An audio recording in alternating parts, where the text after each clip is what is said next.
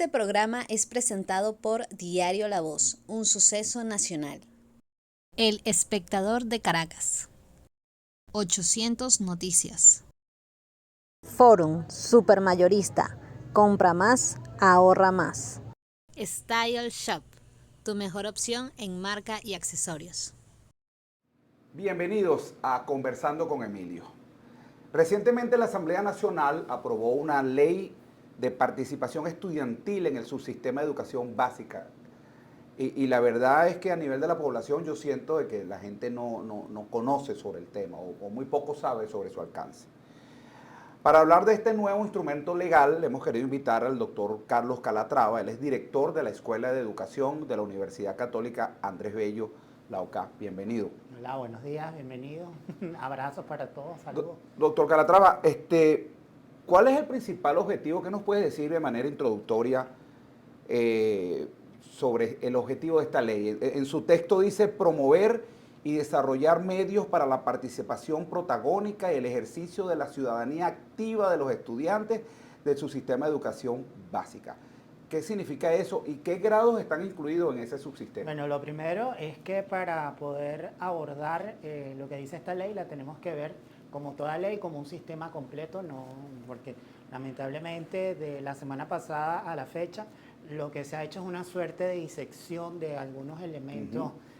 Si quieres ponerle el término comunicacionalmente sabrosos, pues para que la gente lo vea y tome cosas, pero si vemos la ley como un sistema completo, realmente lo primero que tenemos que tomar en consideración es que desde el año 99 este país sustituyó la forma de la democracia representativa por la forma de la democracia participativa. Entendida esta como la manera de alcanzar la totalidad de valores y objetivos que tiene el Estado social, democrático, de derecho y justicia, que es la forma de Estado que tenemos en América Latina en líneas generales y en Venezuela en particular. Pero también la propia Constitución dice que los dos procesos directamente vinculados con el logro de los fines del Estado son la educación y la salud. Y evidentemente el trabajo. Entonces, siendo educación, salud y trabajo los procesos fundamentales, todo lo que tú legisles en materia de estos tres ámbitos son temas que deben desarrollar la democracia participativa. Esta ley en sí misma lo que genera son mecanismos de participación ciudadana, porque esa es la forma que tenemos en la Constitución, dentro de las instituciones educativas, enfocado en los estudiantes de educación inicial, educación primaria y educación media. Vamos a ponerlo en términos más instrumentales. Todo joven y niño venezolano que asista a la escuela, de acuerdo a esta ley, desde el día que quedó sancionada, el hecho es que no ha sido publicada aún en Gaceta Oficial, está con o tiene en sus manos mecanismos para poder generar espacios de participación ciudadana en el contexto escolar. Es decir, dentro de los tiempos que tú estás en la escuela, puedes generar mecanismos más allá de los que tradicionalmente han existido, como los grupos de teatro, los grupos de representación estudiantil, como un centro de estudiantes, los grupos deportivos, los modelos de las Naciones Unidas, los grupos recreacionales que han estado siempre. Ahora, esta ley lo que hace es que, bueno, asumimos que esto existen, que estos están, que ya tienen años en esto, pero le vamos a dar ahora una nueva forma, que es a través de los consejos estudiantiles.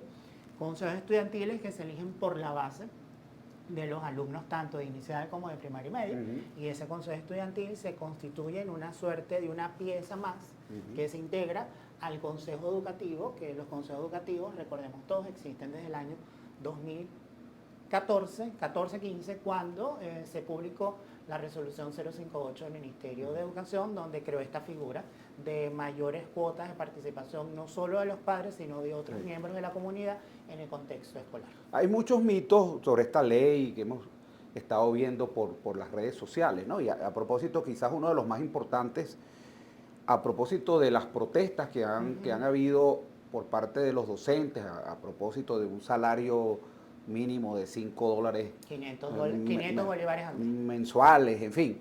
Se ha dicho que a partir de la publicación de esta ley, bachilleres pudieran dar clases y suplir estas ausencias. ¿Eso es verdad? No, eso es total y absolutamente falso. Si nosotros revisamos los 22 artículos y la disposición final de esta ley, en ninguna de las normas de la ley queda taxativa, explícita y literalmente establecido que los estudiantes de cuarto o quinto año de bachillerato se van a incorporar como profesores de algunas áreas en los primeros años, primero, segundo, tercer año, o van a sustituir maestros de educación primaria. O sea, el contenido de la ley, y aquí yo tengo, y me permito enseñarlo, es la autógrafa, la que está corriendo en las redes, la que está firmada por la Junta Directiva y que tiene el logo de la Asamblea del año 2020. En ninguna parte de esta ley dice eso. El asunto es que aquí lo que hay, y con el perdón, aquí lo que podemos asumir es que hay una campaña de desinformación, quién sabe creada por quién y quién sabe con cuál interés de darle a la ley algo que no lo tiene. Yo creo que aquí los abogados que nos pueden estar viendo lo tienen mucho más claro. Uno no está obligado a cumplir lo que la ley no dice. Si la ley no indica que los muchachos de bachillerato se van a poner a sustituir a profesores por cualquier coyuntura en los años más bajos de educación media o de educación primaria, por esta ley no es. Si lo harán es porque hay una orden de alguien, porque a alguien se le ocurrió decirlo, instrumentalizarlo, pero por texto de esta ley no es. Ahora, tú eres director de una escuela de educación. ¿Cómo perciben los docentes esta ley? Bueno, lo primero es que la primera crítica que le podemos dar como educadores a esta ley es que está muy mal redactada. Y cuando decimos que está muy mal redactada es que es una ley consignataria. Está llena de adjetivaciones, participación, democracia, vinculación, pero son materias que la propia ley no la desarrolla. Cuando tú conviertes un texto... Es una ley muy básica, una ley de apenas 22 artículos. Y para remate, muy mal escrita. O sea, literalmente las personas de la comisión que esto escribieron, creo que les hace falta el detalle de desarrollar temas, porque si me establece los mecanismos de actuación y participación con verbos como, por ejemplo, velar, que el Consejo Estudiantil vela por, velar es tomar en consideración un apoyo. Y si nos vamos a un significado que tiene... Ahí es cuando empiezan las leyes a tener problemas cuando tienen interpretaciones. Y al final queda la libre interpretación de quien le da la gana. Sí. Entonces, sí, por ejemplo... Cada quien le da la interpretación que quiera, que más le convenga. Así es. Y ahí es donde es el peligro. A quienes más le interesa algún tipo de interpretación, se permiten barbaridades como estas, que decir que una ley que no lo dice va a poner a los muchachos de bachillerato a... ¿Qué crees entonces le falta a esa ley? Esta ley le falta, por ejemplo, haber desarrollado muchas materias. Por ejemplo, el numeral 2 del artículo 14 claramente señala que los ámbitos de participación de los muchachos en los colegios y en los liceos son los recreativos, los culturales, los deportivos y los de esparcimiento. Si ya me está señalando que esos son los ámbitos, la ley tuvo que haber desarrollado cómo podemos establecer mecanismos más allá del consejo estudiantil para la recreación, la cultura, la vinculación con la comunidad y evidentemente... Ahora, ¿hacía falta una ley para hacer esto? Ya No, los muchachos ya no se vinculan culturalmente y con su entorno. Así es. Lamentablemente, esta ley lo que viene es a sobrelegislar algo que ya está en la Constitución y que ya está en la ley orgánica. La ley orgánica de educación del año 2009 es una ley muy mala, hay que decirlo, es una ley muy incompleta, pero este tema de la vinculación del alumno con la comunidad y de permitir espacio de participación dentro de la escuela, la ley orgánica del 2009 ya la tenía. Entonces, también otra interpretación con ojos de lo pedagógico. ¿Para qué sobrelegislar algo que ya está? Obvio, aquí lo importante es entender el sentido de oportunidad en que se da la sanción de esta ley, bueno, aunque no tiene ejecútese oficial en Gaceta, y es en plena protesta nacional del magisterio. Entonces tú tienes una protesta nacional que hay que reivindicar, que es legítima, que hay que apoyar, porque ningún maestro de escuela puede mantenerse con $500 al mes. De eso hemos hablado muchísimo en estos programas. Y hagamos la división, $500 al mes a la tasa oficial del Banco Central de Venezuela, ya te dirá más o menos cuántos dólares son. Entonces, ningún profesional estudiado en una universidad y que está trabajando en lo que estudió se merece ganar lo que gana y estar condenado casi que a un sueldo de miseria. Entonces, esta ley sale cuando una protesta nacional con estas características, que no se ha detenido, sino que lo que ha hecho es crecer y que es literalmente nacional, se mantiene. Entonces, pareciera que hay una intención de que, bueno, o regresan a los salones de clase independientemente de la reivindicación o generaremos mecanismos para obligarlos a regresar de alguna manera. Realmente, utilizaron la bandera de prender unas alarmas con la ley. Bueno, hemos estado ya alrededor de unos 10, 15 días haciendo ver que no tiene absolutamente nada de lo que les están diciendo. Es una ley que no va a mejorar la calidad de la educación. Si a ver vamos, lo que aquí se legisla poco ayuda a mejorar esos índices de rendimientos que nosotros como escuela los tenemos medidos, porque no hay una agencia nacional que depende del Ministerio de Educación que los mida con una habilidad verbal en un 8,47 sobre 20 a nivel nacional y unas habilidades matemáticas en 8,27 a nivel nacional. Esta ley no va a ayudar a mejorar esto.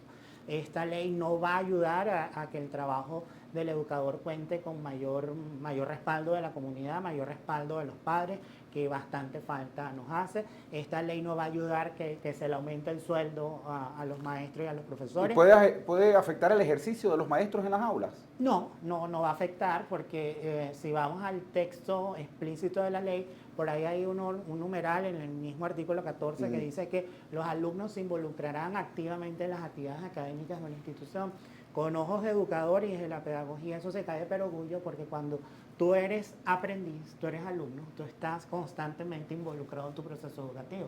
A ti te toca asistir a clases, a ti te toca cumplir con las asignaciones que te tocan, a ti te corresponde reunirte para hacer trabajo en grupo, esa vinculación integral ahí no lo está. Que los alumnos se vinculen con la gestión de la escuela, eso también se cae pedagógicamente hablando, porque el primer contralor de la calidad del profesor que se tiene en un salón de clases son los propios alumnos. Un aprendiz, un estudiante, tiene capacidad de decir si su maestro es bueno o es malo, precisamente por la calidad de servicio que va recibiendo. Claro. y que va percibiendo, y sobre todo el sentido de utilidad de lo que va aprendiendo. Pues, o sea, que ahí hay cosas que se caen solo, que la propia ley del 2009 la tumba, que propias resoluciones del Ministerio de Educación del 2009 para acá lo tumban, que el reglamento de la ley orgánica también la derriban. Entonces, lo bueno es que hemos estado hablando de educación, que volvemos a poner educación en los primeros temas del país, y que bueno, demostrar que hay una campaña, quién sabe, creada por quién o quién sabe con cuál interés, para desvirtuar un contenido de una ley que está mal redactada y que no va a resolver problemas de la educación. Vamos a ir a un corte de publicidad y al regreso yo quiero que me hables. En la ley, cuando habla de la participación ciudadana, aparte de los estudiantes, te habla de los familiares y te habla... Entonces hay personas que puedan incidir en las decisiones que se toman en el colegio. Okay. Vamos a ir al corte de publicidad y al regreso más de Conversando con Emilio. Hoy estamos hablando sobre la ley de participación estudiantil en el subsistema de educación básica. Estamos entrevistando al doctor Carlos Calatrava. Él es director de la Escuela de Educación de la Universidad Católica Andrés Bello. Ya regresamos. A pesar de la crisis, el diario La Voz cumple su compromiso de informar con imparcialidad y valentía. El impreso, la versión digital y nuestras redes sociales te conectan oportunamente con el acontecer nacional e internacional. Diario La Voz, un periódico para la Venezuela de hoy. Diario La Voz, un suceso nacional. Estamos de regreso conversando con Emilio. Hoy hablando con el doctor Carlos Calatrava, él es director de la Escuela de Educación de la Universidad Católica Andrés Bello, la UCAP. Estamos hablando sobre la ley, recién aprobada ley de participación estudiantil. Y revisando la ley, dejaba yo la pregunta al aire. Esta ley motiva la participación ciudadana, aparte de los estudiantes, los familiares. Y la pregunta que nos queda es, ¿puede alguna persona distinta al estudiante incidir en las decisiones que se toman en el colegio? Por ejemplo, ¿puede un empleado del departamento administrativo o un familiar del estudiante que no tiene nada que ver con la parte académica sugerir temas para impartir en las clases? Bueno, realmente eso es una materia que está en la resolución 058 del año 2014 con la figura de los consejos educativos, donde se establecieron mecanismos de vinculación de la comunidad en la gestión de la escuela. Ya a la vuelta de unos casi 10 años, porque eso es el año 2014, estamos en el año 2023, los consejos estudiantiles literalmente demostraron que la gran crítica que se hizo en aquel momento, que iba a ser mucho deber, mucha prerrogativa, pero muy pocos eficientes en la ejecución, a la vuelta de los años nos hemos dado cuenta que aquella hipótesis se está comprobando. Que una persona, un padre puede involucrarse en el proceso educativo de sus menores hijos, sí lo puede hacer. Eso está garantizado desde la ley orgánica y está garantizado desde la Constitución. Pero en el entendido de establecerse como figura de control, de figura de supervisión de la tarea que hace el maestro, que hacen los docentes. Un padre pudiera indicarle a un maestro, trabaja tal tema o enfócalo de tal manera, lo puede hacer por ejercicio de su libertad de expresión, de sus derechos como ciudadano, pero quede claro que ahí hay educadores profesionales que tienen toda la mano derecha y la mano izquierda de decirle, bueno, lo vamos a tocar, deja revisar mi planificación, o no, claro, mira, no lo tengo previsto durante este año escolar. Evidentemente, mientras mayor comunicación exista entre padres y docentes, más rápido pudieran ocurrir esta vinculación mucho más eficiente, porque esto no, y bueno, a la excusa de la ley poderlo tocar, si no tenemos a los padres jugando en el mismo equipo de los profesores, va a ser muy difícil desarrollar procesos educativos de calidad. Y cuando decimos jugando en el mismo equipo de los profesores, lo primero que requerimos los educadores con los padres, la familia y los adultos significativos es que nos respeten como profesionales. Capaz podemos tener padres de muy alto nivel de formación, doctores, doctorísimos, que pudieran entender que bueno, no estamos haciendo bien la tarea. Y bueno, hay mecanismos en los cuales tú lo puedes hacer ver y lo puedes hacer entender. Capaz podemos reconocer que hay profesores que lo pueden estar haciendo muy bien y los padres como primeros críticos pudieran decirnos en qué nos estamos equivocando y qué mejorarlo. Es más, requerimos que eso pase, porque realmente lo común es que no suceda, es que padres solamente se aparezcan en una institución educativa, en un centro escolar a recoger la boleta, y a la hora que los profesores te convoquen, bien porque hubo algo que está asociado a acoso escolar, algo de mal comportamiento, o bien van a reclamar por qué mi hijo salió raspado en tal materia, porque aplazó. Así que buenísimo que esa comunicación se dé. Que venga un empleado de la escuela en términos de personal administrativo, decirle a un docente, por ejemplo, que altere su planificación, altere su programación, eso no debe ocurrir. Y el maestro y el profesional de la docencia tiene todo el derecho a decir no. O sea, tú tienes tus límites, yo no me meto en tu trabajo, yo tengo mis límites, no te metas en mi trabajo. Igual con cualquier miembro de la comunidad. ¿Y esta ley no le da derecho a ese personal administrativo? Para nada. Porque una cosa es que no lo deba hacer y otra cosa es que lo puede hacer desde el punto de vista legal.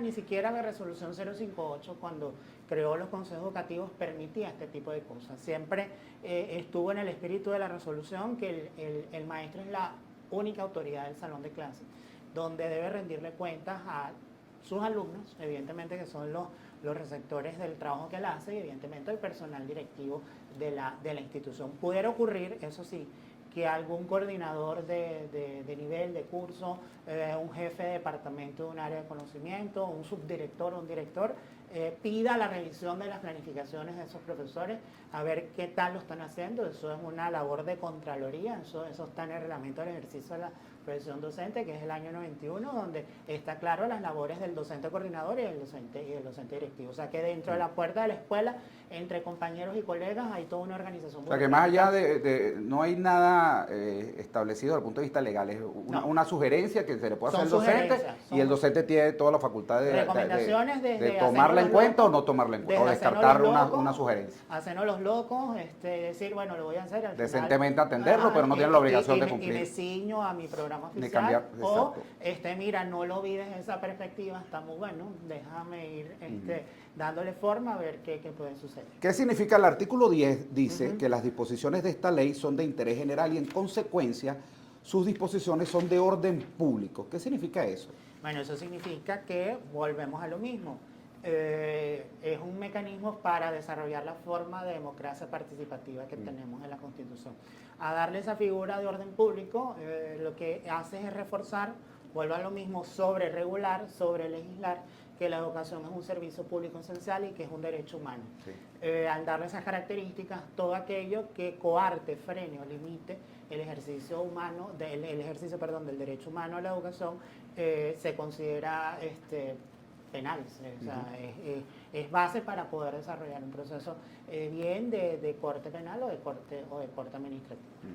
También en otra parte de su texto leíamos que dice, esta ley, los estudiantes pueden hacer seguimiento y contraloría a la gestión educativa y decisiones que los involucran. ¿Qué significa esto? ¿Podría un estudiante cuestionar una nota o una evaluación o una forma del docente de dar clases? El asunto es que siempre él lo hace. ¿Cómo es esta contraloría? ¿Y qué derechos le da al estudiante desde el punto de vista legal? Es que no le está dando más derechos, sino que soy parte, un actor fundamental del proceso educativo, como son los profesores y como son los conocimientos, y que al final mi labor es hacer valer que el servicio educativo que estoy recibiendo es de calidad y que los profesores que están atendiéndome son buenos profesores. Un estudiante te protesta una nota de toda la vida sin necesidad que la ley lo diga. Un estudiante puede calificar como bueno, regular o malo a un profesor sin que esta ley lo diga. Un estudiante puede calificar el sentido de utilidad de las estrategias de enseñanza que le están llevando a cabo en un salón de clases sin necesidad que la ley lo indique, porque pedagógicamente esa es su tarea. Un aprendiz, un estudiante no está para justamente sentarse en un pupitre durante toda una mañana, calentar silla y ser como una suerte de una esponja que pasivamente jala, ¿no? y atrae y recibe unidireccionalmente lo que los profesores dicen y luego él confirma con un libro de texto. ¿Cuál sería el accionar de un estudiante? Yo particularmente doy clases en la Universidad Santa María y a veces los estudiantes me dicen, bueno, que este profesor no me gusta porque siempre llega tarde y entonces imparte materias que uno siente que no tienen nada que ver con los temas que deberíamos estar viendo. ¿Cuál sería, a partir de la aprobación de esta ley, el accionar de un estudiante que sienta que lo que está recibiendo no es lo que debe recibir? Bueno, lamentablemente la ley no toca absolutamente nada de esto, no señala nada sobre esos medios. Sí, como no lo dice la ley, nos ceñimos a los reglamentos internos de las instituciones, particularmente en educación superior, donde también yo estoy. Ahí el mecanismo es muy fácil, estamos trabajando con mayores de edad. Comunícate primero con tu profesor, dile que no estás aprendiendo, dile que no estás entendiendo y que le hagan los mejoramientos. Y si hay persistencia en esa conducta y en aquello que no deberían ser, bueno, sube el escalón. Habla con un coordinador de tu escuela, habla con el director de tu escuela y ahí podemos activar los mecanismos institucionales. De todas maneras, en los centros educativos estos mecanismos son más o menos los mismos. Si nos acordamos, en los centros educativos, los que nos atienden los niveles obligatorios, cada salón de clase debe tener un delegado de curso, que es electo por sus compañeros. La función del delegado de curso no es ser el más popular, ni ser mi simpatía, sino justamente recibir lo bueno y lo malo que están entendiendo sus compañeros de clase y hacerlo entender a esos profesores. En bachillerato, que es donde están ya más grandes, donde están entre 12 y 17, 13 y 18 años, la función del delegado de curso es que, bueno, hay un profesor malo o hay un profesor que no está haciendo las cosas como son, recogemos la opinión de todos los compañeros y hablamos con el profesor guía, que siempre hay un profesor guía asignado por cada curso o por cada sección, y ese profesor guía es el responsable de conversar con el profesor objeto de esa valoración. Pero vuelvo a lo mismo, son las regulaciones o las dinámicas, si tú quieres, inerciales que tienen las escuelas venezolanas sobre el particular, no previstas, no mencionadas, no indicadas y no señaladas. Para la gente que tiene las dudas, ¿esta ley aplica tanto para el sector privado como el sector público? Sí, porque es todo el sistema educativo. Recordemos que en Venezuela tenemos un solo sistema educativo que se gestiona en dos tipos de escuelas, o más que dos, tres. Las escuelas administradas por el Estado en los tres niveles, el nacional, el regional y el municipal. Las escuelas privadas, de gestión privada, y las escuelas subvencionadas, que es una figura más o menos híbrida entre las de administración del Estado y con gestión privada. Esto aplica a nivel nacional. Realmente la ley es inocua para muchas cosas. Que ahora los delegados de curso van a vincularse con una instancia creada dentro de la escuela que se llama los consejos estudiantiles, que ese consejo estudiantil se va a incluir en el consejo educativo que ya tiene casi 10 años funcionando y que luego va a haber una suerte de federación municipal de consejos estudiantiles de las escuelas del municipio, a su vez una regional y a su vez una nacional que tiene por nombre Congreso Nacional de Estudiantes, ese Congreso Nacional de Estudiantes sí es el que nos debe preocupar. Y ahí de verdad yo me limito al artículo 17 en adelante, y sobre todo el artículo 21, donde el Congreso Nacional de Estudiantes tiene las funciones de deliberar y decidir anualmente sobre líneas estratégicas en el área. Y para que vean lo poco operativo que puede ser la aplicación de esta ley, por ejemplo, se reúne el Congreso Nacional de Estudiantes en julio de este año, que terminó el año escolar, y deciden tocar el punto de exclusión o deserción estudiantil. Deliberen como un congreso y deciden generar mecanismos junto con el Ministerio de Educación, porque todo lo que decida el Congreso Nacional de Estudiantes debe estar directamente comunicado y refrendado al Ministerio de Educación. Envían al Ministerio de Educación esto para que lo desarrollen. Pero hasta ahí va a llegar, porque el Congreso Nacional de Estudiantes no tiene capacidad de definir la política pública, establecerle objetivos a esa política pública, buscar el presupuesto, ni generar los indicadores de control y de evaluación que aquello funcionó.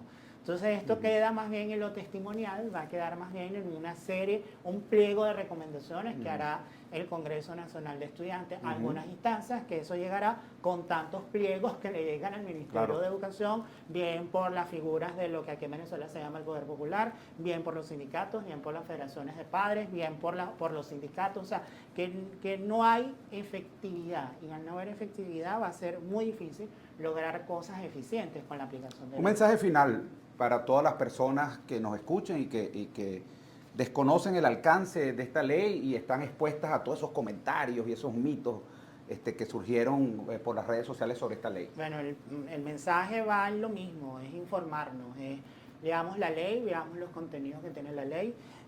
Yo creo que aquí en este país durante más de 40 años se fajó la sociedad venezolana para que aprendiéramos a leer y escribir.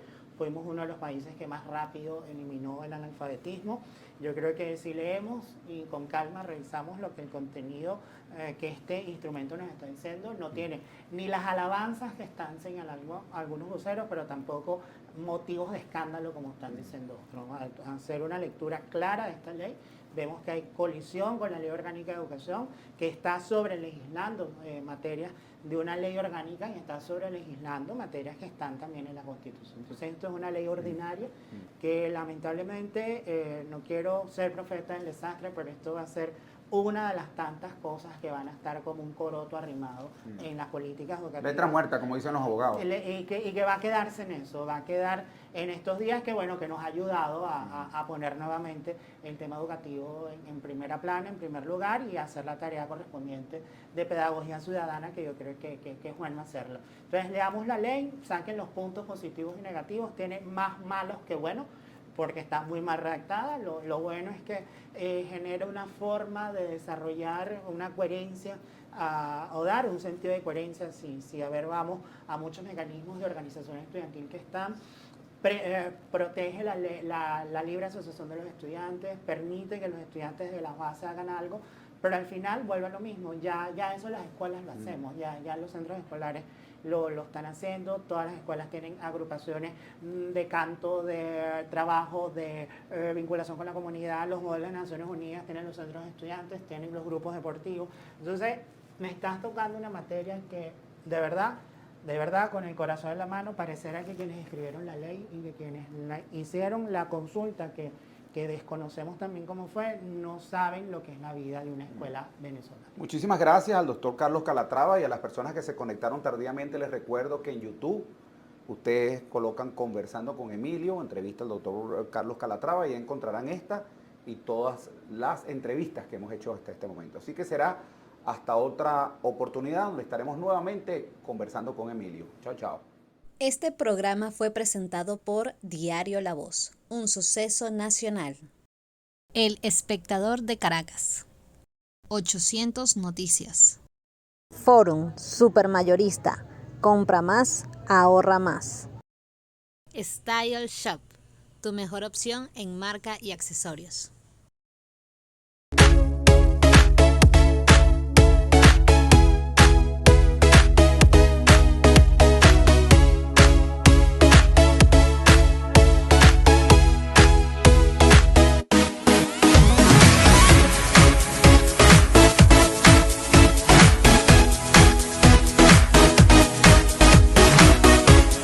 Este programa es presentado por Diario La Voz, un suceso nacional. El Espectador de Caracas. 800 Noticias. Style Shop, tu mejor opción en marca y accesorios.